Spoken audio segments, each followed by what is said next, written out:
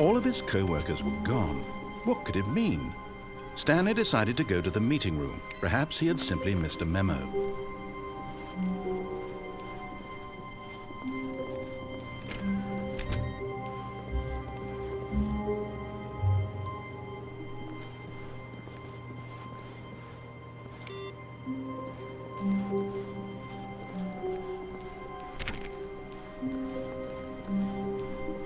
When Stanley came to a set of 2 open doors, he entered the door on his left.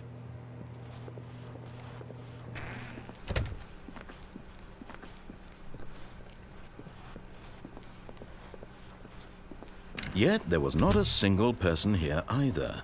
Feeling a wave of disbelief, Stanley decided to go up to his boss's office, hoping he might find an answer there.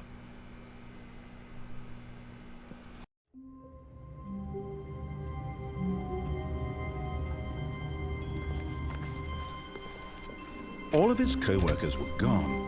What could it mean? Stanley decided to go to the meeting room. Perhaps he had simply missed a memo. No matter how hard Stanley looked, he couldn't find a trace of his co-workers.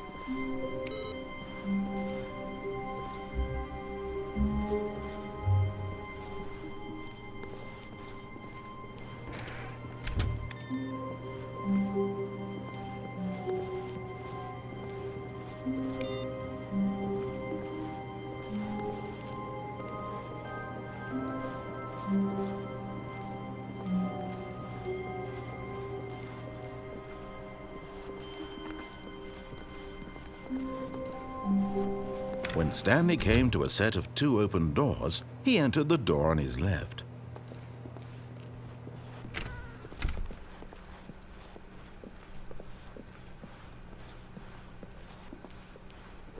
Yet there was not a single person here either. Feeling a wave of disbelief, Stanley decided to go up to his boss's office, hoping he might find an answer there.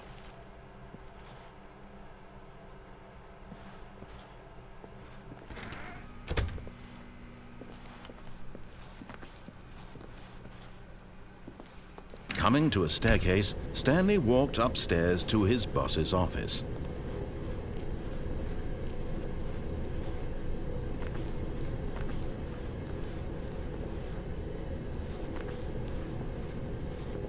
But Stanley just couldn't do it.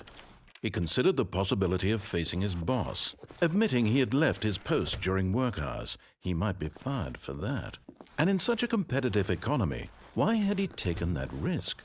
All because he believed everyone had vanished? His boss would think he was crazy. And then something occurred to Stanley. Maybe, he thought to himself, maybe I am crazy.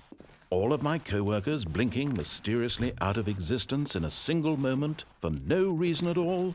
None of it made any logical sense. And as Stanley pondered this, he began to make other strange observations. For example, why couldn't he see his feet when he looked down? Why did doors close automatically behind him wherever he went? And for that matter, these rooms were starting to look pretty familiar. Were they simply repeating? No, Stanley said to himself, this is all too strange. This can't be real. And at last, he came to the conclusion that had been on the tip of his tongue. He just hadn't found the words for it.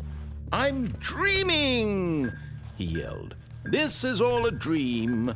Oh, what a relief Stanley felt to have finally found an answer, an explanation.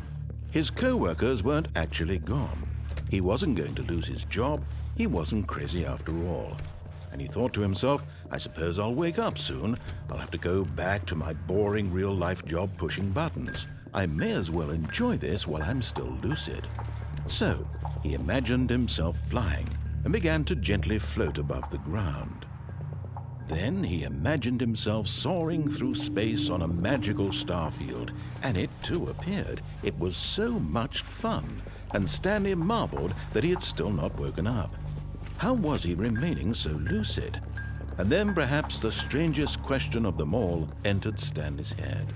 One he was amazed he hadn't asked himself sooner. Why is there a voice in my head dictating everything that I'm doing and thinking? Now the voice was describing itself being considered by Stanley, who found it particularly strange. I'm dreaming about a voice describing me thinking about how it's describing my thoughts, he thought. And while he thought it all very odd and wondered if this voice spoke to all people in their dreams, the truth was that, of course, this was not a dream. How could it be? Was Stanley simply deceiving himself, believing that if he's asleep, he doesn't have to take responsibility for himself? Stanley is as awake right now as he's ever been in his life. Now, hearing the voice speak these words was quite a shock to Stanley. After all, he knew for certain, beyond a doubt, that this was in fact a dream. Did the voice not see him float and make the magical stars just a moment ago? How else would the voice explain all that? This voice was a part of himself too. Surely, if he could just...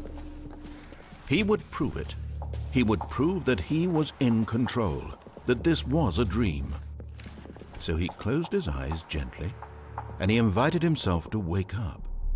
He felt the cool weight of the blanket on his skin, the press of the mattress on his back, the fresh air of a world outside this one. Let me wake up, he thought to himself. I'm through with this dream. I wish it to be over. Let me go back to my job. Let me continue pushing the buttons.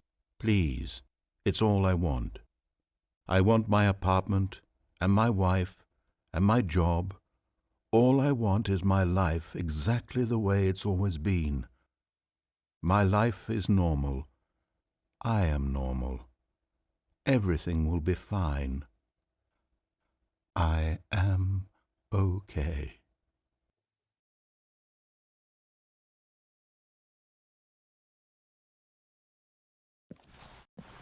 Stanley began screaming.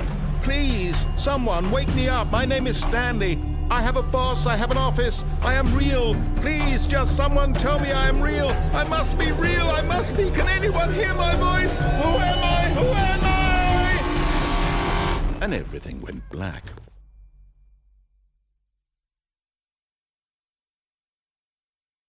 This is the story of a woman named Mariella. Mariella woke up on a day like any other. She arose, got dressed, gathered her belongings, and walked to her place of work. But on this particular day, her walk was interrupted by the body of a man who had stumbled through town talking and screaming to himself, and then collapsed dead on the sidewalk. And although she would soon turn to go call for an ambulance, for just a few brief moments, she considered the strange man. He was obviously crazy. This much she knew. Everyone knows what crazy people look like. And in that moment, she thought to herself how lucky she was to be normal. I am sane. I am in control of my mind. I know what is real and what isn't.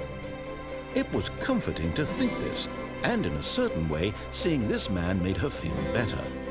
But then she remembered the meeting she had scheduled for that day, the very important people whose impressions of her would affect her career, and by extension, the rest of her life. She had no time for this, so it was only a moment that she stood there, staring down at the body. And then she turned and ran.